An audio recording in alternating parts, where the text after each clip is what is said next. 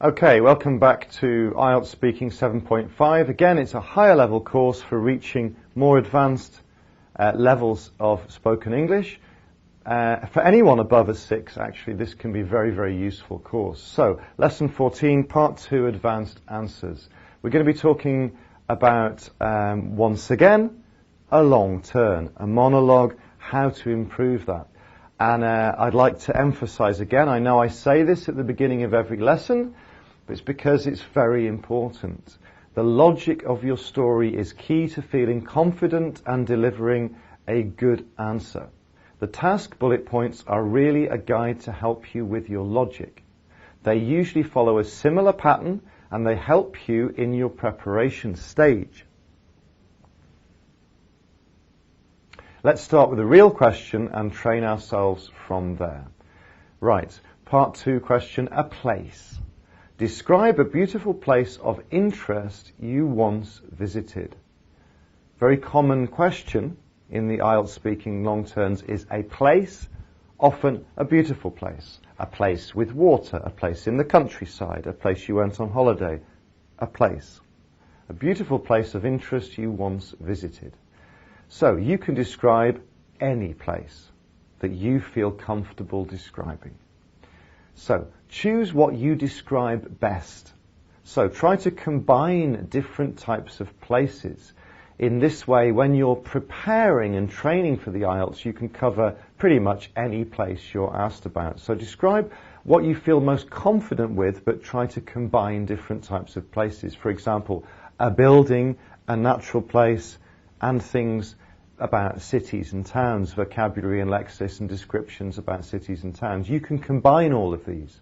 Or at least while you're preparing for the test, combine them, and then you can talk about basically anything flexibly. That's my point. So, part 2 task. Describe a beautiful place of interest you once visited. Say what the place is, who you went with, what you did there, what was beautiful and interesting about it. Again, the bullet points might vary, but pretty much they'll be along these lines. A beautiful place of interest you once visited. I'm going to give my answer in 2 parts here, because there's a lot of language and lexis and lexical chunks for you to learn in these lessons that you can use in multiple answers about places. Okay. I'd like to talk about a mountain resort in Thailand. I'd like to talk about a place in Thailand that I went to a few years ago with my friends from university. It was a wonderful, relaxing resort set in the heart of a place of astounding natural beauty. The building itself was in the style of an ancient wooden Buddhist temple with decorative eaves and peaceful, exquisitely landscaped gardens. From my room, I had a panoramic view of the surrounding countryside, the rolling hills, the open fields and rocky mountains in the distance. It was a place free from the hustle and bustle of daily life. What we did then? Most of the time we spent just relaxing and enjoying the facilities in the resort. But one thing that really stands out in my mind is when we went exploring the local area. We followed a path down to a lake to take in the scenery. As we descended, we enjoyed magnificent views of unspoiled countryside. Rounding a bend in the path, we came across a rustic, quaint little village of about 8 houses. We were curious about the local culture, so we decided to duck into a small eatery to have a bite to eat. It was surprisingly tasty. 3. Rounding off my answer. All in all, it was a very rewarding and fulfilling holiday. I loved kicking back for a few days in a tranquil place with no responsibilities, and it was great to spend leisure time with friends. I would definitely recommend this place to anyone that wants a combination of natural scenery and adventure in a rejuvenating and tasteful mountain resort. Okay, so I've given you the full answer there, which I didn't do in previous lessons. There's a reason for this, you'll see. I wanted you to see more directly, as we're approaching closer towards the end of the course, I wanted you to see more directly how the answer flows in stages. Wow, this is quite a long one. Why? Well, there's so many types of places we can describe. I wanted to give you a combined answer and put elements of a town, elements of the countryside, elements of a nice hotel resort together into one answer, because I'd like to get you to learn vocabulary to cover a lot of different types of place questions you might get. I've also packed it with really useful phrases, some quite colloquial phrases, some quite specific place vocabulary that'll get you a really high score. So that's another reason I wanted to make this a little bit longer.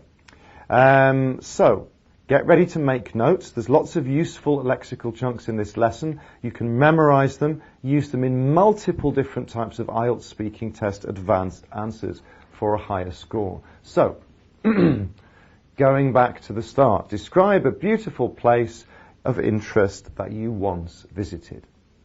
So let's break it down. It was a wonderful, relaxing resort set in the heart of a place of astounding natural beauty. So what have I done there? I've said what it is with a description, a wonderful, relaxing resort. And I've said where it is with a description, set in the heart of a place of astounding natural beauty. So I've actually said what and where it is immediately in one sentence with great adjective use in a very native speaker way. It's not a complicated sentence, but it's a very high scoring sentence. So a resort, a hotel, a setting. It was a wonderful, relaxing resort set in the heart of a place of astounding natural beauty. Other examples in this answer were in the style of an ancient wooden Buddhist temple, peaceful, exquisitely landscaped gardens, a beautiful, peaceful location, a magnificent, elegant building. I mentioned this in previous lessons. Try to use two descriptive adjectives. A wonderful, relaxing resort, an ancient wooden Buddhist temple, a peaceful, exquisitely landscaped gardens. Beautiful, peaceful location, a magnificent, elegant building. Use these, take them, use them in multiple parts of the test. A view, for example, from a window, a room, a balcony or a hilltop. From my room I had a panoramic view of the surrounding countryside, the rolling hills, open fields and rocky mountains in the distance. It was a place free from the hustle and bustle of daily life. Again, see the richness of vocabulary here. I'm using adjectives, I'm putting them together in nice rhythmic sentences, I'm using common collocations, rolling hills, open fields, rocky mountains. These are fixed collocations in the distance, and a nice colloquial phrase which natives use often in conversation, free from the hustle and bustle of daily life. Free from the hustle and bustle of daily life. So, a view continued, you could say, note these phrases down, a panoramic view of the surrounding countryside. That's a very big, wide view. A breathtaking, striking, picturesque view. Rolling hills, open fields. These are common fixed collocations. Rocky mountains in the distance. The area is very scenic. So see how we can use these different combinations of language to sound really like a native. And definitely, again, if you're using them in grammatically correct sentences and delivering them with nice pronunciation, these will get high scores. More expressions for nature, fixed collocations again for nature. A dense forest. That means a thick, a deep green forest, a thick, dense forest. Majestic mountains, large, impressive, magnificent. You can also use all these adjectives in brackets if you want as well. Rolling hills, hills going off into the distance. Winding country roads, roads with lots of bends. A sandy beach, a beach hidden away. A wide flowing river, Not a small stagnant pool, a wide flowing river, a murky river or stream. Murky means water which is not clear, because it might be muddy from the bottom of the river. A murky river or stream, or a clear river or stream. Okay, so towns and cities, collocations for towns and cities. The city skyline shows a mix of old and new buildings. That's a nice sentence. The city skyline shows a mix of old and new buildings. The narrow cobbled streets. Cobbled are streets made of stones, like natural rough stones, not modern paving stones.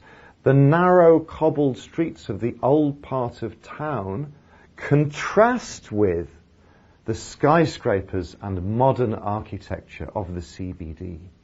Very good high-scoring sentence. You could use this to describe your hometown or a city you like that you visited. And the narrow cobbled streets of the old part of town contrast with the skyscrapers and modern architecture of the CBD. The street has a lot of upmarket shops, overpriced restaurants and fancy modern buildings. Upmarket shops, overpriced, that means you think they're too much, they cost too much, and fancy modern buildings. There are tree-lined avenues. Avenue is a very big street. Tree-lined, a nice adjective. Avenues with trees on either side. There's many streets actually in Beijing today with trees on either side.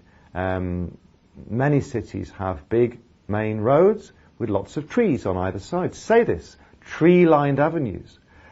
Pavement cafes and lively bars. This could be describing the centre of Paris. There are tree-lined avenues, cafes with tables and chairs out on the pavements, on the sidewalk, and lively bars. Culturally, there's life, there's social life, there's people, there's tree-lined avenues. These are all really good, rich, native speaker ways of describing towns or cities. So cities, we can also describe negative things and problems with towns and cities. It's a sprawling city with bumper-to-bumper traffic. Cars really back to back. The bumper is the bit on the front and the back of your car. Bumper to bumper traffic. It's a fixed expression. Outside the city centre, the buildings are run down. Run down means older and not in such good condition. The beaches are strewn with rubbish and litter. Again, it's a collocation. They're covered in rubbish and littered, but we don't say covered in rubbish and litter. We say strewn with. Strewn with when we're talking about rubbish kind of all over. It doesn't mean it's thick with piles of rubbish. It means it's strewn. There's rubbish over the beach.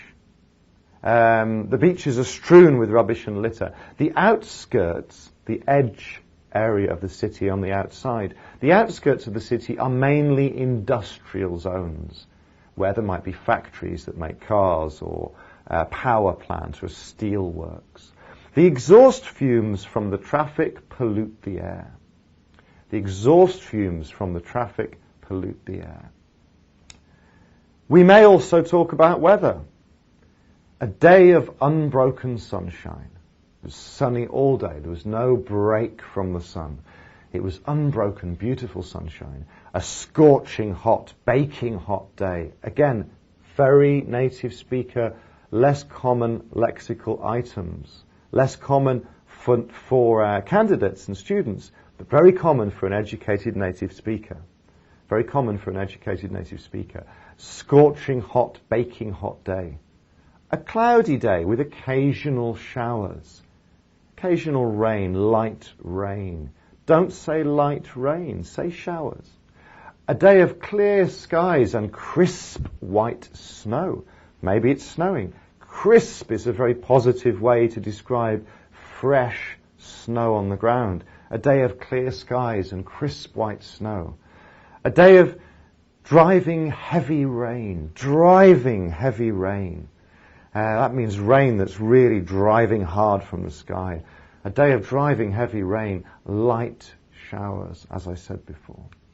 So we talk, task, you must do this. So I've given you a lot of language here. Again, they're all collocations, all high-scoring collocations. You will only remember these great collocations, words and phrases, if you train to use them in sentences. So get a plain sheet of paper, write down 50 sentences, yes, 50 sentences about towns, cities and countryside places using all of this language, not just some, all of it. 50 whole sentences, and then correct them yourself or ask someone to help you with the corrections. Very, very important. If you write these 50 sentences, you will remember these phrases and collocations much more. So, let's move on. Describing who you went with in a short way or an extended way. So, describe a place of interest you once visited, what the place was, we did that, who you went with. You can choose how you do this. I'd like to talk about a place in Thailand that I went to a few years ago with my friends from university. That's what I said. You mention the person or people briefly, then you can describe them in more detail if you want. Again, it depends how much you want to extend which bullet point. You don't have to extend all of them. We'll be describing people a bit later on anyway, but now note that you can add more details to expand your answer than I actually did in this part. You could say, I went with my friends Martin and Francis. Martin is an intelligent man who works at the local TV station as a script writer. Again, adjective plus occupation. An intelligent man who works at the local TV station as a script writer. Francis is a sporty man who enjoys outdoor pursuits, adjective, and hobbies and interests. Both had free time at the same time as me, so we decided to go on holiday together. We went together. So you could use phrases like this to describe your one of two friends, what their personality is and what they enjoy doing, and why you chose to go with them on holiday or they chose to go with you. Again, there's a certain logic here. Collect adjectives and personality phrases anyway, because they're useful all over the test. What adjectives of personality do you know? Write them down. Write as many down as possible. What phrases to describe people like friends do you know? You can use many phrases in many parts of the test. Refer back to lesson 1 actually. Why do some people like? Review the person type and personality phrases there, because we will cover person and personality from time to time throughout the whole test actually, because there are lots of questions about people and lots of things we do are not on our own, they involve other people. So it's quite important to be able to describe people's personalities and characteristics. Okay, part 2, what you did there. So describe a beautiful place of interest. Now we go to bullet point 3, what you actually did there. So let's review this. Most of the time we spent just relaxing and enjoying the facilities in the resort. But one thing that really stands out in my mind is when we went exploring the local area. We followed a path down to a lake to take in the scenery.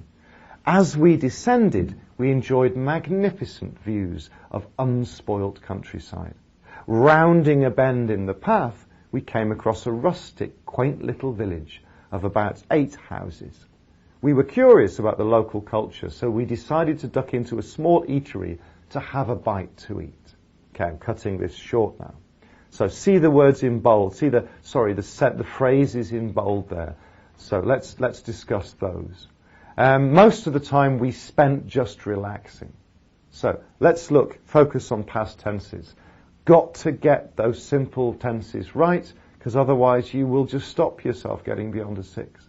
Most of the time we spent just relaxing. But one thing that really stands out in my mind. So why have we moved to the present tense now? Most of the time we spent relaxing, but one thing that really stands out in my mind. Well, we don't use the past tense here because you're saying now you still remember. It still stands out in your mind, which means you really clearly remember. So the one thing I really clearly remember, you remember it now, but you're talking about the past. So again, if you're moving from the past tense to the present tense, get this right. Be aware of this stylistic and grammatical change, because it really makes you sound quite high level. The one thing that really stands out that I remember so clearly in my mind is when we went exploring. Should have highlighted the went there. So it stands out in my mind is when we went exploring. When we went exploring. We followed a path. Nice expression. We followed a route or a path. As we descended, we enjoyed magnificent views.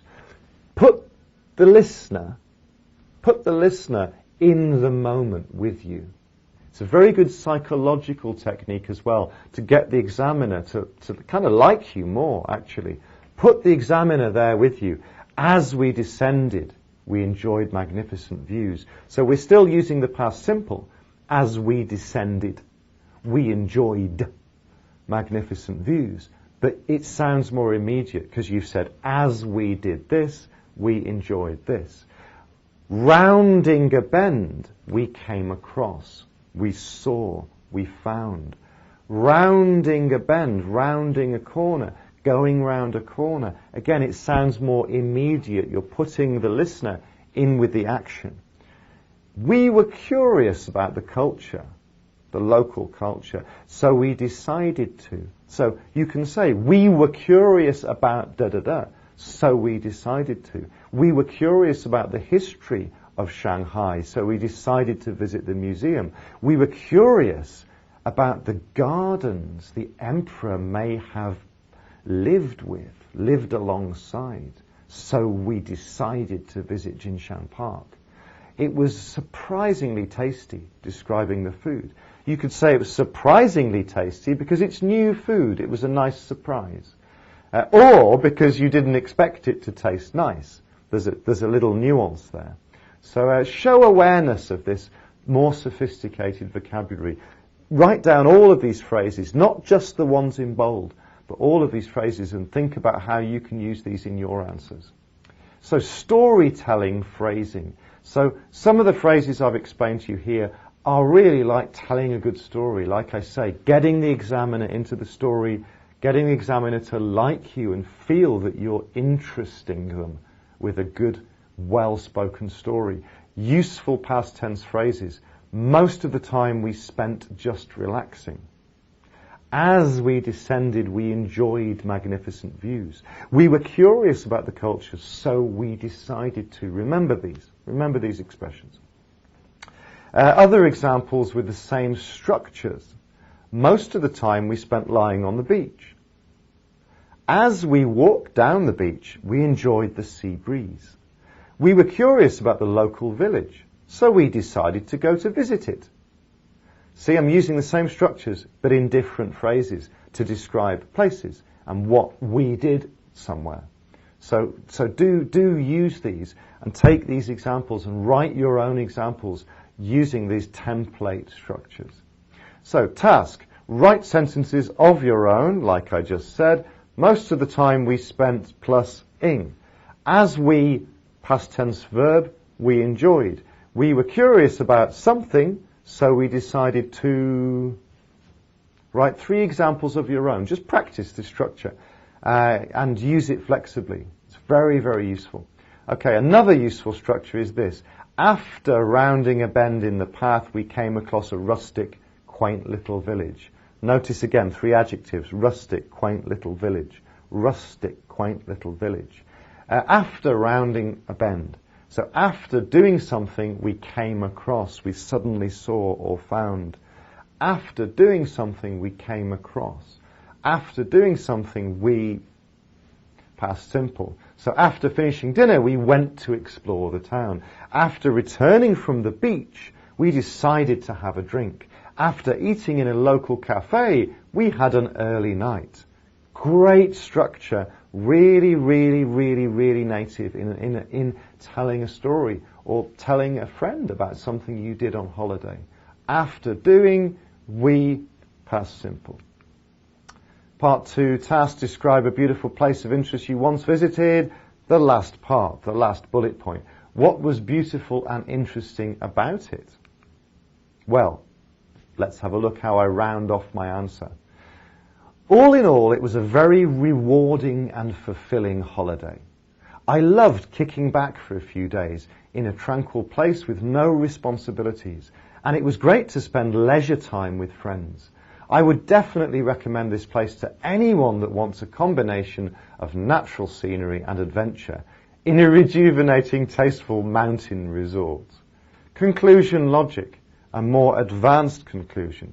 Summarize the experience in 2 adjectives. So, this is quite interesting. Notice how I do this. Summarize what you loved or liked about the most. Add another thing you think was great about the time, just for more detail. Say you'd recommend it to someone. To who?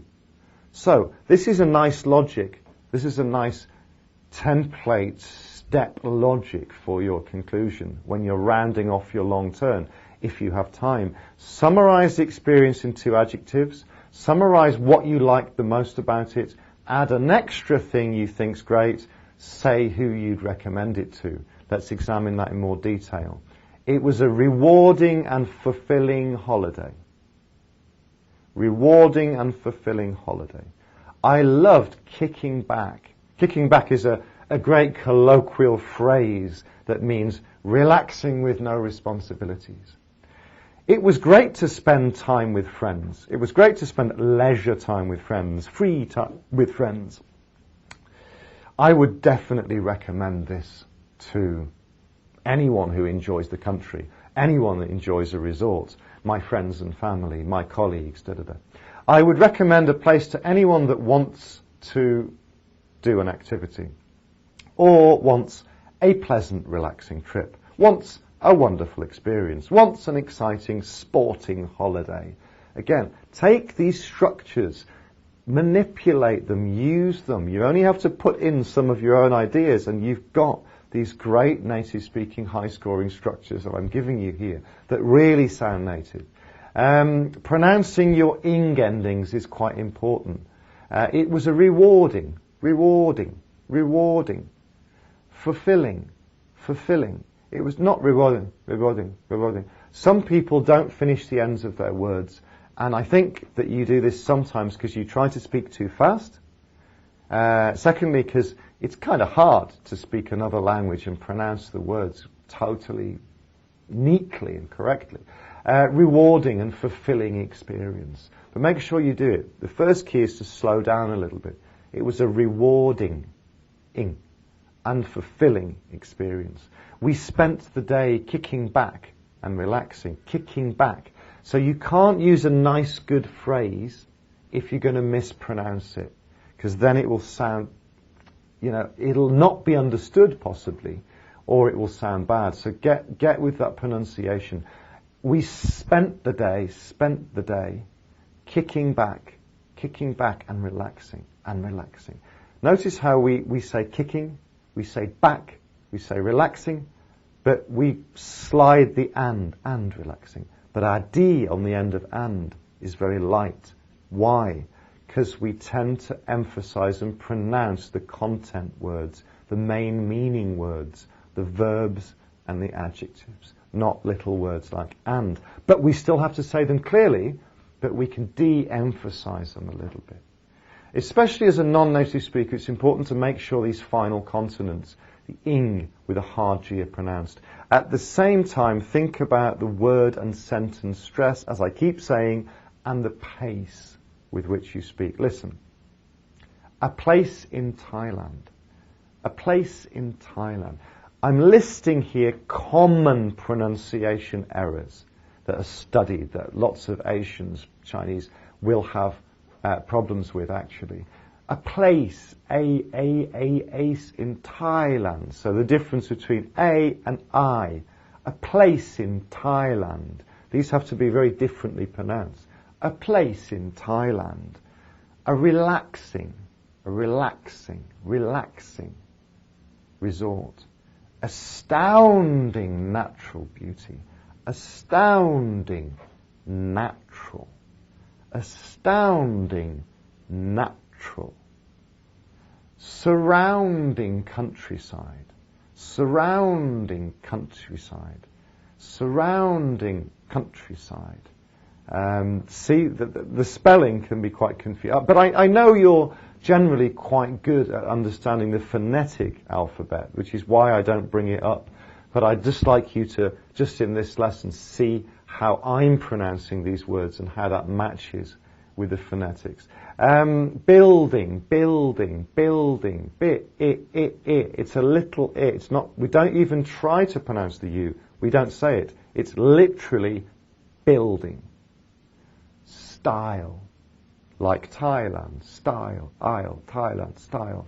Rocky mountains, rocky, oki, rocky mountains, rocky mountains.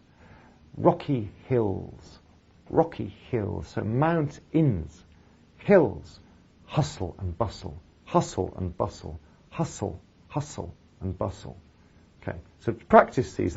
I've chosen these particularly, well, not just because they relate to nature, but because they feature some quite common sounds which at least a lot of learners and speakers get wrong, and that can cause confusions. So now go and write lots of examples yourself, search online, go to English language travel sites. Please make yourself do this. Note how the different locations are described. How do these travel sites in English describe their locations? Can you see any collocations? Using lexis from this lesson, write your own phrases down, check your sentences, say them aloud, record them and listen to them to your own pronunciation as well. Copy mine, paying attention to my stress and timing and pace and pausing, and how I pronounce my vowels and consonants. Correct yourself and listen to yourself. Listen back to yourself.